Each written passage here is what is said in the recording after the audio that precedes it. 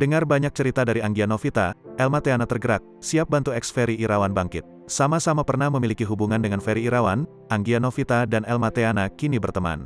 Diketahui Anggia Novita telah menggugat cerai Ferry Irawan ke Pengadilan Agama Jakarta Selatan pada awal Juli tahun 2021 lalu. Saat ditanya awak media mengenai keinginan Anggia menikah lagi, Anggia hanya bisa mengamini. Selain itu, Anggia juga menyinggung penceraiannya dengan Ferry Irawan. Ia mengaku menggugat lantaran diduga Ferry Irawan yang pergi dari rumah hingga semua barangnya dibawa. Waktu dia pergi semua barang sudah dibawa pergi semua. Sejak saya kena stroke saya sakit covid barang dia sudah tidak ada satupun di rumah saya bahkan jaket pun dia minta semuanya, bebernya. Di sisi lain, Anggia Novita kini juga akrab dengan Elma Theana, sahabat Ferry Irawan sekaligus mantan WO pernikahannya.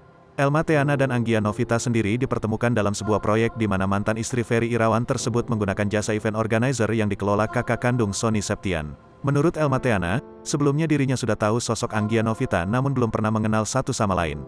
Anggia Novita menyebut bahwa berteman Elma Theana berhasil membangkitkan semangatnya lebih besar.